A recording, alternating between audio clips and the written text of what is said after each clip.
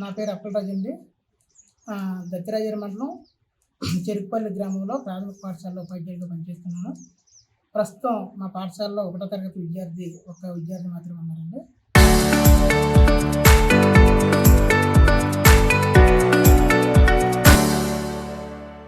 అయితే 5 సంవత్సరాలు నిండిన విద్యార్థులు ఈ ఊర్లో లేకపోవడం కారణంగా ప్రస్తుతానికి ఒక విద్యార్థితో పాఠాలు చెప్పడం జరుగుతుంది. రానున్న విద్యా సంవత్సరాల్లో విద్యార్థులు ఈ పాఠశాల జాయిన్ అయ్యే అవకాశం ఉంది.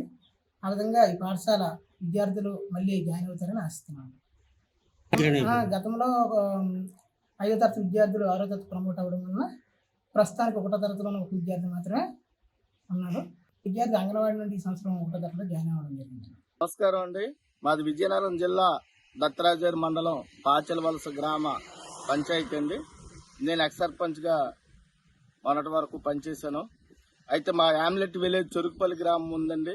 దాంట్లో ఇంతకు మునుపు 38 మంది విద్యార్థులతో 2 టీచర్లతో కొనసాగే స్కూలు ఒకటి ఉందండి, అదే ఉండేదండి.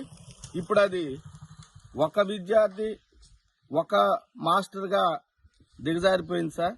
ఎందుకంటే ఈ స్కూల్లో జాయిన్ అవ్వాలంటే ఏ ఒక్క విద్యార్థి కూడా ముందుకు రావడం లేదు.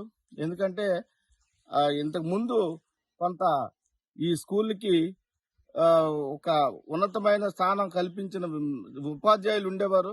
కానీ ఇప్పుడు కాలక్రమేణా అది అలా నీరుగారిపోయింది.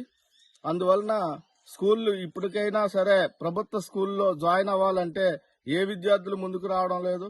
ప్రభుత్వాలు అలా తయారయ్యి, ఎందుకంటే గవర్నమెంట్ స్కూల్లో చదవాలంటే చదువుకుంటే వేస్ట్ అనే నిర్ణయానికి తల్లిదండ్రులు విద్యార్థులు కూడా వచ్చారు. అందుకు ప్రైవేట్ స్కూళ్ళకే ప్రాధాన్యత ఇస్తున్నారు.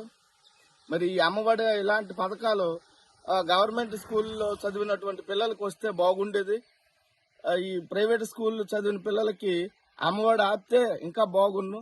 కానీ దాన్ని కొనసాగించడం వల్ల ప్రైవేట్ స్కూళ్ళకి ప్రాధాన్యత ఇస్తూ ఈ సర్కార్ బడులన్నీ వసతులు లేక దిగజారిపోయి, ఇప్పటికైనా ప్రభుత్వం ఈ స్కూళ్ళకి గత ప్రభుత్వం కన్నా ఎక్కువ మెరుగైన వసతులు కల్పించి మళ్ళీ గవర్నమెంట్ స్కూల్లో చదవాలని పిల్లలకి తల్లిదండ్రులకి మార్పు వచ్చేటట్లు చూస్తారని మిక్కిలి వినయపూర్వకంగా కోరుకుంటున్నాను.